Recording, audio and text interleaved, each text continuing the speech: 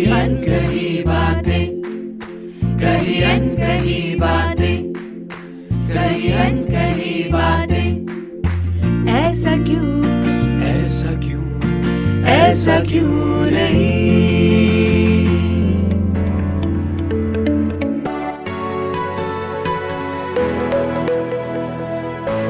आप सुन रहे हैं कहीं अनकही बातें, ऐसा क्यों नहीं, only on radio Jamia 90.4 FM. Radio Jamia और क्रिया के कोलैबोरेशन के एक और नए एपिसोड में आप सभी सुनने वालों का मैं स्वागत करती हूँ। मैं स्मृति और मैं क्रिया के साथ काम करती हूँ। अब पिछले बार की तरह आज भी मैं आपके साथ जुड़ी हुई हूँ दोस्तों, एक नई एपिसोड के साथ। कहीं अनकही बातें एक ऐसा प्लेटफॉर्म है जहां महिलाओं से जुड़ी सभी कही अनकही बातों की चर्चा होती है।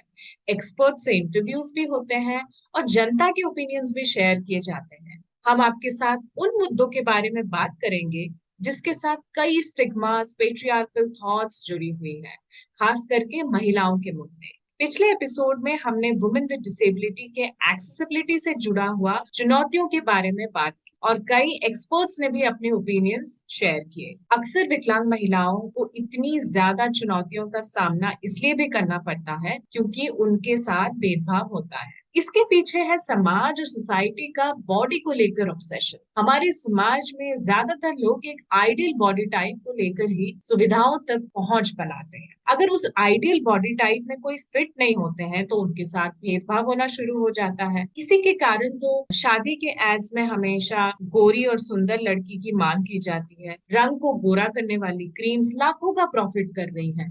पतला करने वाली मेडिसिन, डाइट्स और डॉक्टर्स तो इतने मशहूर है कि क्या बताएं। तो हमारा आज का टॉपिक है कैसे महिलाओं को अपनी बॉडी को लेकर सोसाइटी से टैबूज और प्रेशर का सामना करना पड़ रहा है। हमारी सोसाइटी में अगर आप महिला हो, खास करके लड़की हो, तो आपके शरीर को लेकर काफी डिस्क्रिमिनेशन होने लगते हैं। सरप्राइजिंगली ये भेदभाव इतना ज्यादा हर जगह होता है कि अब हमने इस पर सवाल उठाने भी छोड़ दिए हैं। जैसे फॉर एग्जाम्पल हमेशा फिल्मों में हीरोइन पतली, गोरी, लंबी होती है और उसे सो कॉल्ड ब्यूटीफुल मान लिया जाता है। अगर लड़की थोड़ी फैट है तो उसे कॉमेडियन का रोल दिया जाता है या तो फिर साइड हीरोइन का। हमने जामिया कैंपस के कई चक्कर लगाए और जामिया के यंग स्टूडेंट्स का क्या कहना है इस बारे में पता लगाए, ये पूछकर कि कैसे महिलाओं को अपनी बॉडी को लेकर सोसाइटी से टैबूज और प्रेशर का सामना करना पड़ता है। हेलो, मेरा नाम प्रियांशु है और मैं जामिया का स्टूडेंट हूँ। टीवी पर आए दिन कपड़ों के इश्तिहार में बस एक बॉडी साइज की मॉडल्स होती हैं। मॉल्स के वुमेन वेयर सेक्शन का स्पेक्ट्रम एस से शुरू होता है और एक्सेल पर ख़त्म हो जाता है। फलाना टॉनिक, ढिमकाना हर्बल प्रोडक्ट से ज़ीरो फिगर हासिल करने का सपना दिखाया जाता है। ये सब कह के बचपन से हमें कंडीशन किया जाता है कि औरत को कैसा दिखना चाहिए, शरीर की कद काठी कैसी होनी चाहिए, ये सब बताया जाता है। और अगर ऐसा नहीं होता है तो आपको सोशल एक्सक्लूजन का सामना करना पड़ता है। हेलो, मेरा नाम चित्राली है और मैं जामिया में पढ़ती हूँ। जी, मुझे लगता है कि महिलाओं को अपनी बॉडी टाइप को लेकर बहुत ज़्यादा प्रेशर और टैबूज़ का सामना करना पड़ता है और कहीं ना कहीं इसकी वजह से उनकी रिप्रेजेंटेशन में भी प्रॉब्लम होती है। जैसे कि फ़िज़िकल लेबर या ड्राइविंग जैसे काम के लिए उन्हें अक्सर इनएफिशिएंट माना जाता है। और सिर्फ सोसाइटी में ही नहीं, फिल्म्स या एड्स में भी देखा गया है कि ब्यूटी या ज़ीरो फिगर जैसी चीज़ों को लेकर फीमेल्स की कास्टिंग में कितना ज़ोर दिया जाता है और कहीं इन्हीं चीज़ों की वजह से महिलाओं के मेंटल हेल्थ पर भी अक्सर असर पड़ता है। Hi, I am Salim. I am from Jamia. Yes, I believe that even today women face pressures and taboos from the society because of their body characteristics. Typically, people are body shamed when they appear overweight or underweight, means when they are not fit with society's view of cute and beautiful.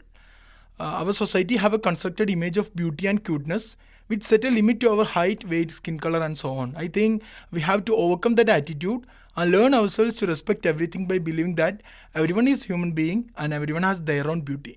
मेरा नाम सुहेल अख्तर है और मैं जामिया का छात्र हूँ। आज के पुरुष प्रधान समाज में जितने पैमाने महिलाओं के रंग रूप को लेकर स्थापित हो चुके हैं, पुरुषों के लिए उनके डील डॉल की अहमियत महिलाओं की तुलना में बहुत कम है। जाहिर है कि जब महिलाओं को प्रमुखता उनके रंग रूप को लेकर दी जाए, उनकी काबिलियत को इससे परखा जाए कि वो कितनी सुंदर हैं, ऐसे समाज में हम महिलाओं को उनके शरीर को लेकर दबाव में डाल रहे हैं और उन्हें उनके सौंदर्य को लेकर तनाव दे रहे हैं।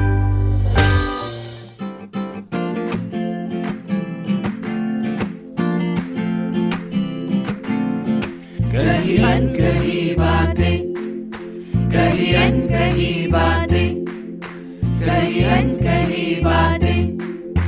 ऐसा क्यों, ऐसा क्यों, ऐसा क्यों नहीं।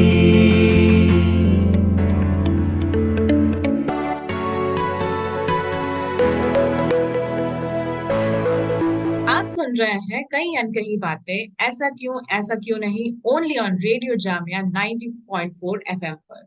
हम बात कर रहे हैं कैसे महिलाओं को अपनी बॉडी को लेकर सोसाइटी से टैबूज और प्रेशर का सामना करना पड़ता है।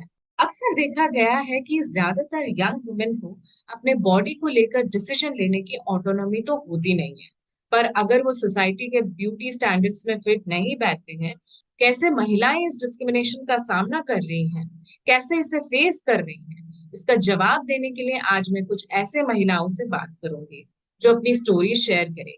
आइए मैं आपको ले चलती हूँ to a place where three of my friends, Sadav, Sumikshana and Archita, who all are plus sizes, they are talking about their journey.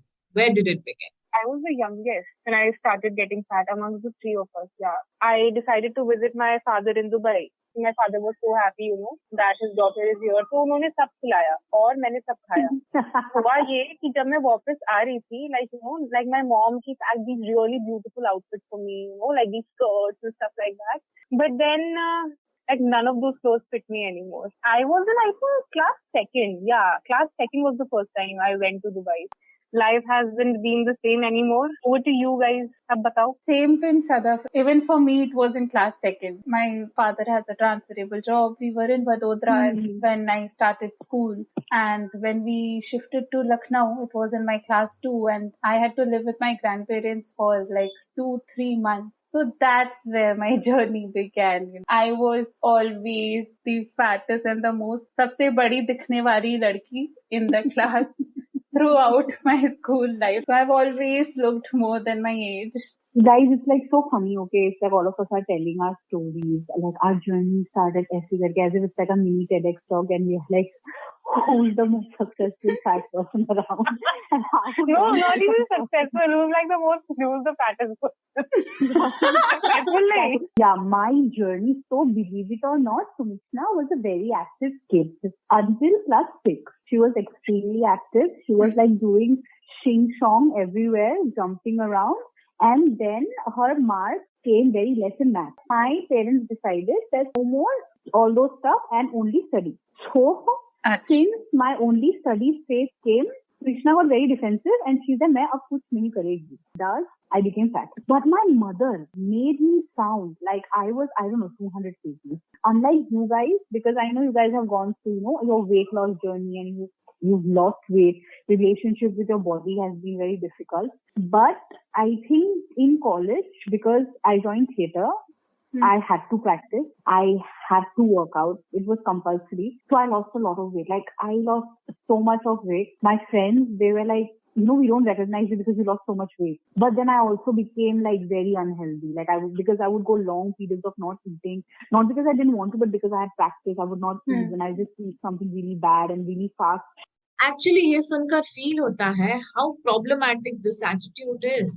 हमारी सोसाइटी में कई यंग वुमेन एंड गर्ल्स को इस सिचुएशन का सामना रोज करना पड़ता है और डिस्क्रिमिनेशन की वजह से उनकी मेंटल हेल्थ पर भी काफी ज्यादा इफेक्ट होता है। So why is it necessary to fit into the norm of a particular constructed body type? Why are there negative views around a particular body type? इसके पीछे एक बड़ी रीजन है हमारा पॉपुलर मीडिया कल्चर। आप देखो फिल्म्स में, serials में लीड एक्ट्रेस एक पर्टिकुलर बॉडी टाइप की होती है, slim, white complexioned and tall. Anyone who does not fit into this type, they are made fun of. Sonakshi Sinha has been trolled and made fun so many times for not being slim enough. Aishwarya Rai Bachchan was so criticized for not dropping her pregnancy weight at one point of time. Also, बोलचाल की भाषा में ऐसे problematic terms का इस्तेमाल भी कितना common है। पतली कमर, मखमली त्वचा, हिरनी जैसी चाल are used so often in Bollywood songs that the thought and idea behind the ideal body type also gets reused. reinforced. Let's listen to Saddav's experiences and how they are coping with all of it. I'm sure it's with you guys as well and the people who are listening to us that in our relationship with our body, they change so much, and then some things that we've done in the past, we realize it now that they are not healthy. What we did was very toxic with our own selves, and maybe we're trying to somewhere come in terms with where we are with our body. Like, I don't know about you guys, like I do not love my body completely, but I'm trying to be someone who likes her body. But Samishna, what you're saying that relates so much, and it also changes at every stage in our lives, that how we looked at our body in our childhood and how our relationship with our body has evolved, like you said, through a lot of factors that have happened over the years. I was called moti, I mean, everyone is almost in school, but it's today that I understand the connotations to it, that how harmful was it to my psyche in my childhood. Even now, I'm 23 years old. My brother is 4 years elder than me, and he calls me Hathni, Moti. These are his words, and he laughs. I mean, it's a funny thing to them. I've always been the fun element at every social event.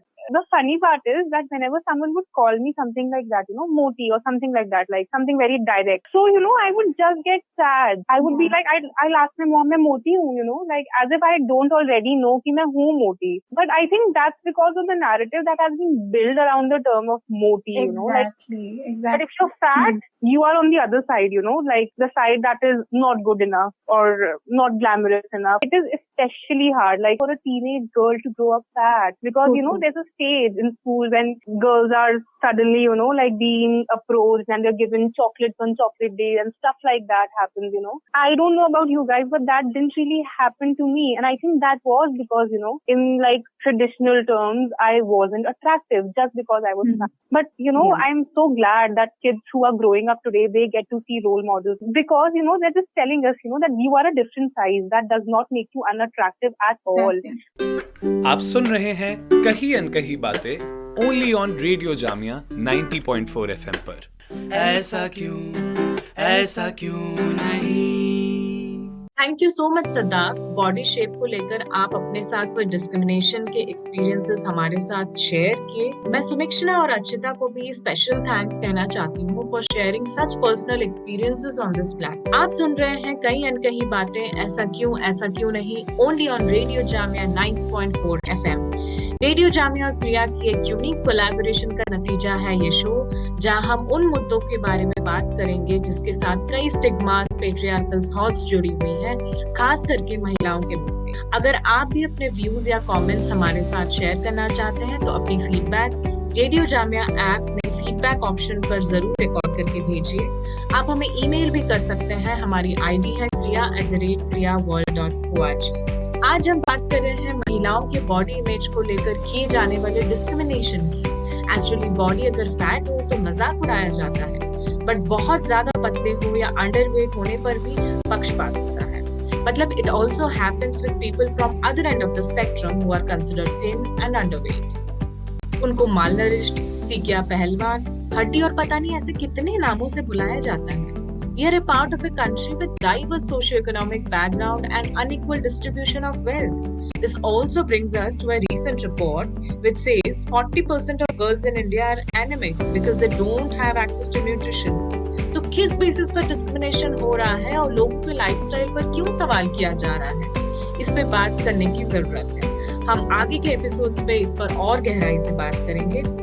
इस related आपके अगर कोई experiences हैं, thoughts हैं, तो हमारे साथ जरूर शेयर करें।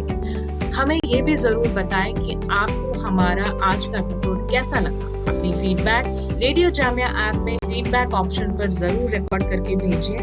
आप हमें ईमेल भी कर सकते हैं, हमारी आईडी है kriya@kriyaworld.org। आपके रिस्पॉन्सेस को हम अपने शो में जरूर शामिल करेंगे। अगले हफ्ते आपसे फिर मिलेंगे महिलाओं से जुड़ी एक नई सोच, एक नई चर्चा को लेकर कहीं अनकहीं बातें, ऐसा क्यों नहीं में। अब आपसे विदा लेती हूँ मैं स्मृति। सुनते रहिए रेडियो जामिया 90.4 FM।